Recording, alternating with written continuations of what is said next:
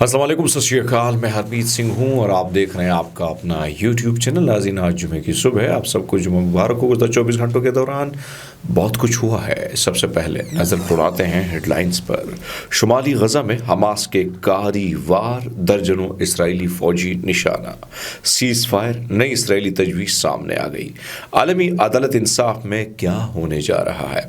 آپ سب کا بہت شکریہ جس طریقے سے آپ ہمارے ساتھ جڑے ہیں اور ہمیں سپورٹ کر رہے ہیں، بلکہ آپ اپنے چینل کو سپورٹ کر رہے ہیں۔ سب سے پہلے تو بات کریں گے پریس ٹی وی کے مطابق پچھلے 24 گھنٹوں میں فلسطینی اور علاقائی مزاحمتی گروپس کی جو کارروائیاں سامنے آئی ہیں، اس میں شمالی غزہ کی پٹی جبالیہ کے مشرق میں پیش قدمی کے محور جو ہے اسرائیلی فوجیوں اور ان کے فوجی گاڑیوں کو گولیوں اور دھماکہ خیز مواد سے نشانہ بنایا گیا۔ شمالی غزہ کی پٹی میں جبالیہ کیمپ کے مغرب میں الطوبہ مسجد کے قریب ایک اسرائیلی مرکاوا ٹینک کو شواذ دھماکہ خیز آلے سے تباہ کر دیا گیا۔ شمالی غزہ کی وسطی بیت لابیہ کے رادی چوراہے پر 2 اسرائیلی مرکاوا 4 ٹینکوں الیاسین 105 اور شواش دھماکہ خیز آلے سے نشانہ بنایا گیا۔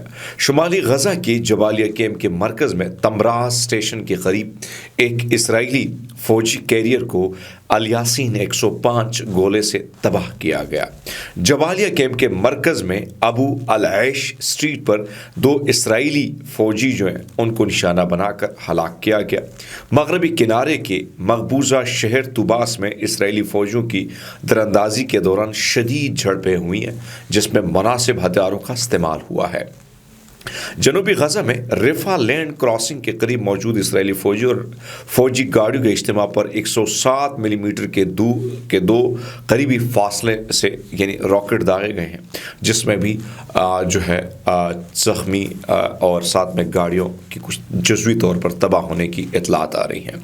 نابلس شہر میں اسرائیلی قبضے کے فوجی اہلکاروں کے زیر قبضہ الطور پوائنٹس کو نشانہ بنایا گیا۔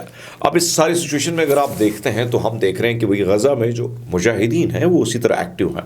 آپ کو یاد ہوگا شاید بہت سارے لوگ جو میرے ویلاگ کو فالو کر رہے ہیں 7 اکتوبر سے، تو اس وقت بھی اس قسم کی کارروائیاں جاری تھی اور بڑے تابڑ توڑ حملے جاری تھے۔ اور ابھی آپ دیکھیں، کیونکہ ابھی جو اسرائیلی میڈیا کو آپ دیکھیں تو وہ کہتا ہے کہ ہم نے ان کی کمر توڑ دی ہے، لیکن اب تک جو صورتحال آپ کے سامنے آ رہی ہے اس میں کمر ابھی بھی ٹوٹی نہیں ہے، بلکہ وہ کمر توڑ رہے ہیں۔ تو یہ سچویشن کم ہونے کی وجہ زیادہ ہوئی ہے۔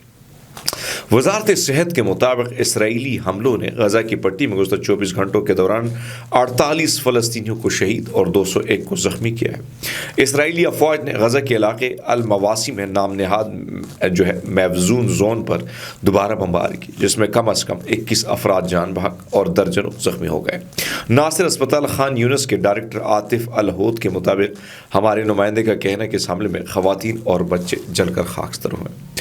اب آپ اندازہ لگا لیں کہ ایک رات میں اس قسم کے، اب بہت سارے لوگوں کا سوال یہ درست بھی ہے کہ بھائی صاحب تم جو حملوں کی بات بتا رہے ہو تو کتنے ان میں مارے گئے ہیں؟ تو بھائی صاحب فرق ہے۔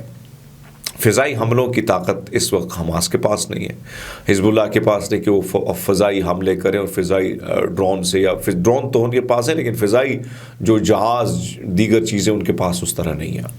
لیکن دوسری بات یہ کہ وہ اب تک انہوں نے کسی سویلین کو نشانہ نہیں بنایا، یہ سویلین کو مارتے ہیں، تو پھر تو فرق ہوتا ہے۔ حالانکہ دعویٰ کیا جا رہا تھا کہ بھائی صاحب ہم نے اتنے غزہ میں جو ہے لوگ مارے ہیں، سب کچھ کیا، لیکن ابھی تک آپ مجھے بتایا کہ کتنے اگر مارے ہیں تو پھر یہ تو جھڑپیں ختم ہو جاتی نا۔ جھڑپیں کیوں جا رہی ہے؟ یہی تو وجہ، یہی اسرائیلی فورسز ایک دوسرے سے سوال بھی کرتے ہیں کہ بھائی صاحب کیا ہو رہا ہے، کیوں ہو رہا ہے، اور اگر ہو رہا ہے ابھی تک ہم پسپائی کا ہمیں سامنا ہے تو اس کی وجوہات کے، اس کی وجوہات جاننے کی کوشش کی جائے۔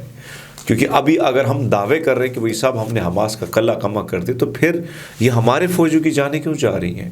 یہ ہمارے لوگوں کا اسلحہ کون چھین رہا ہے، اور وہ اسلحہ ہمارے خلاف کیوں استعمال ہو رہا ہے؟ تو ان ساری چیزوں پہ اخبارات جو ہیں ان کی میڈیا اس بات پہ سوال اٹھا رہی ہے۔